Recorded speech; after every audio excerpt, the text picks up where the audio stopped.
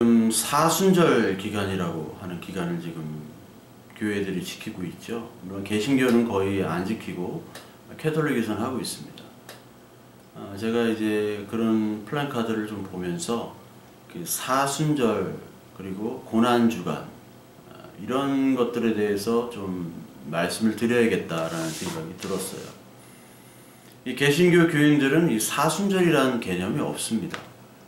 캐톨릭 그리고 개신교라 하더라도 특히 자유주의 쪽 그리고 좀 진보적인 이런 분들은 이제 사순절을 많이 지키죠.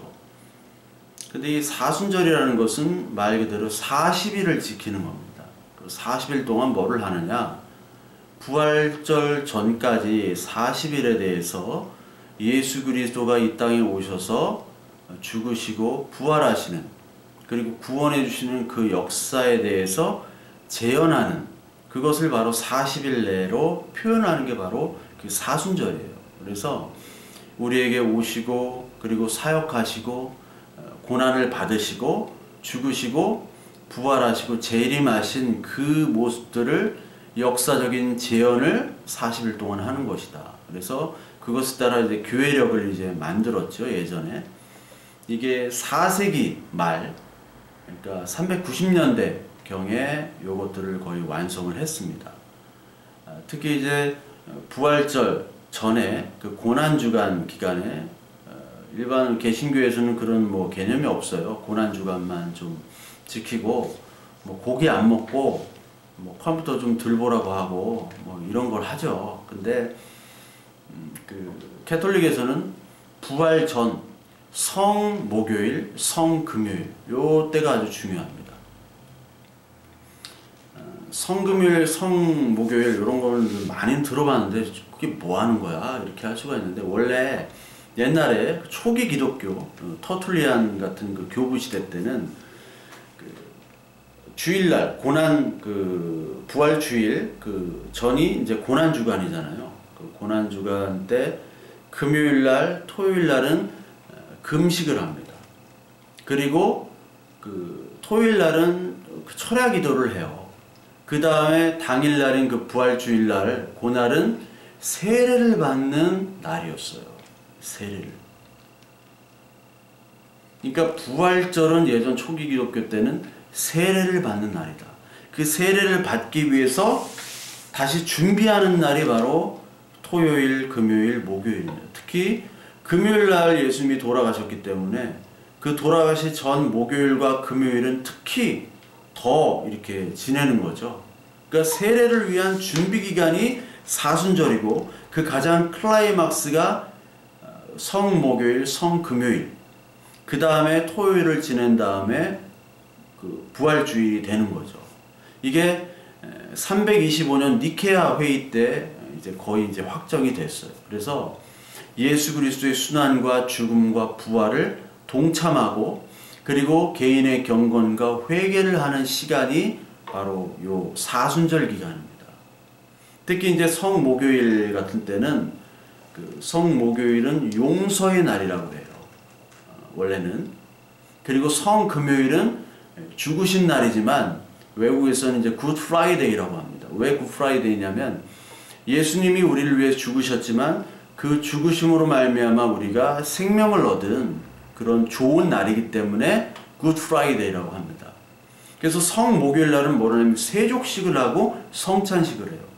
여기서 용서와 화해 그리고 자신의 죄를 회개해달라고 기도하는 그런 시간들이 예전 교회에 있었고요. 지금 성당은 어떻게 하는지 모르겠지만 성당도 아마 그런 형식을 갖출 거예요. 아마. 그리고 성금요일 날은 이제 순환, 고난의 클라이막스잖아요. 클라이막스와 동시에 구원의 기쁜 날. 물론 금식을 합니다. 목요일날, 금요일날 금식하고 토요일날은 이제 철야 기도를 하는 거죠. 그러니까 그 토요일까지 이루어지죠. 그런 어떤 사순절 기간, 특히 고난주간까지의 기간들을 교회력에서 옛날에 지켰다. 근데 이제 한국 기독교회는 고난과 죽음만 그 고난주간 동안에 이제 강조를 하죠. 그래서 자기의 회개나 그리고 하나님과 연합하는 그 세례의 중요성, 그리고 화해, 그리고 용서, 이런 개념들이 별로 없습니다. 그냥 예수님이 막 죽으셨다, 얼마나 막 고통스러우셨을까, 얼마나 못자국이 아프셨을까, 그런 것만 하는데, 원래는 이 사순절 기간에 예수 그리스도의 정체성을 확인하는 그런 주간이라고 보시면 돼요. 그러니까 사순절의 절정은 결국 고난주간인데, 이 개신교인들, 특히 목사님들한테 물어봐도 그 고난주간 전이 종려주일이잖아요. 종려주일이 뭔지, 뭐 고난주간이 뭔지 몰라요.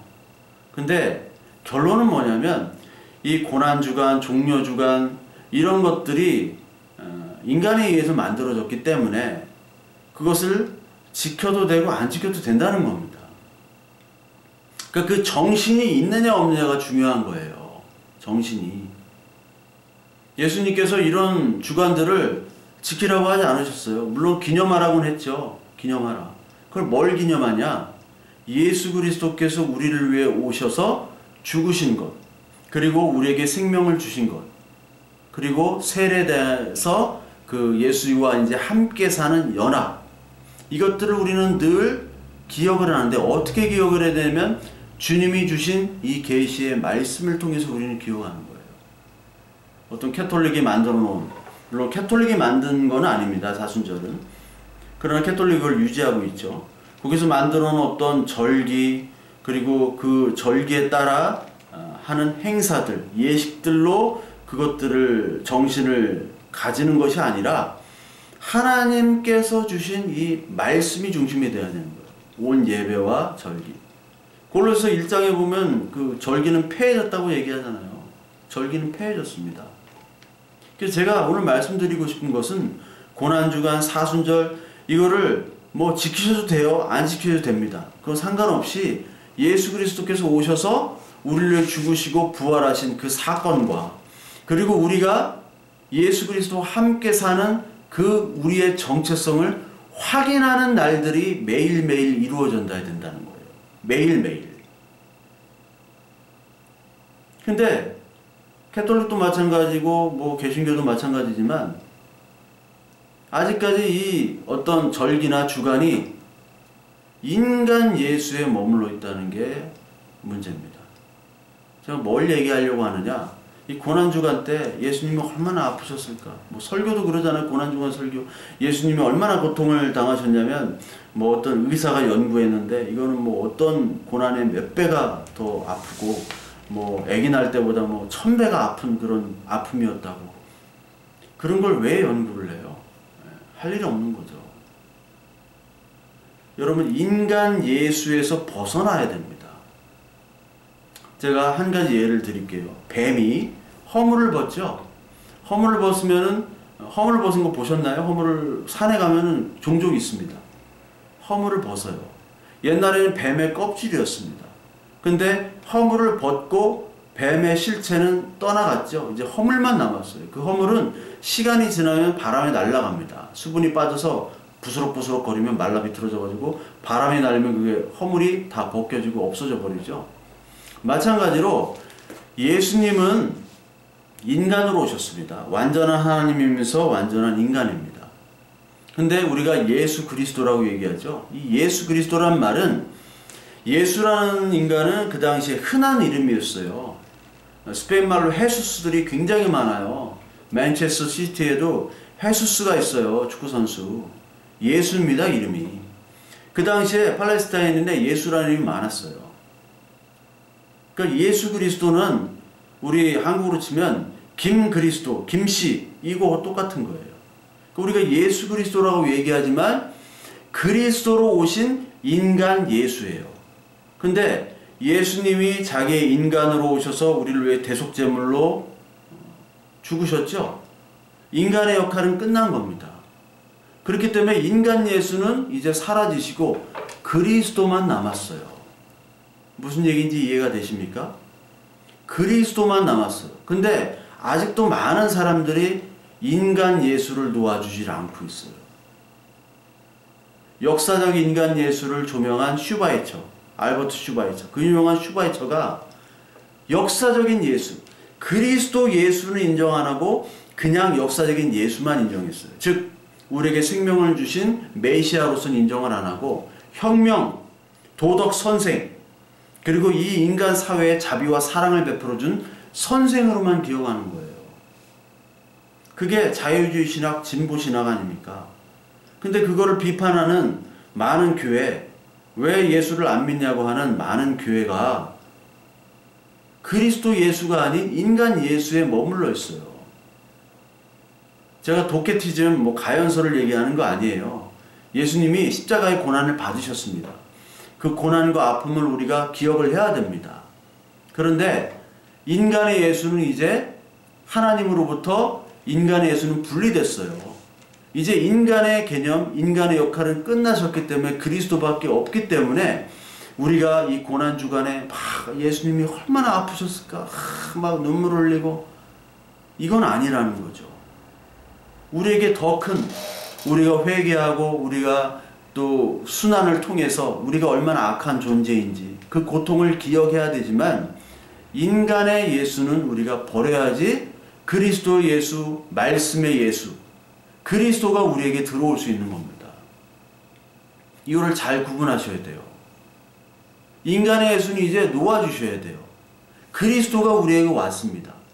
그리스도의 말씀이 우리에게 왔어요.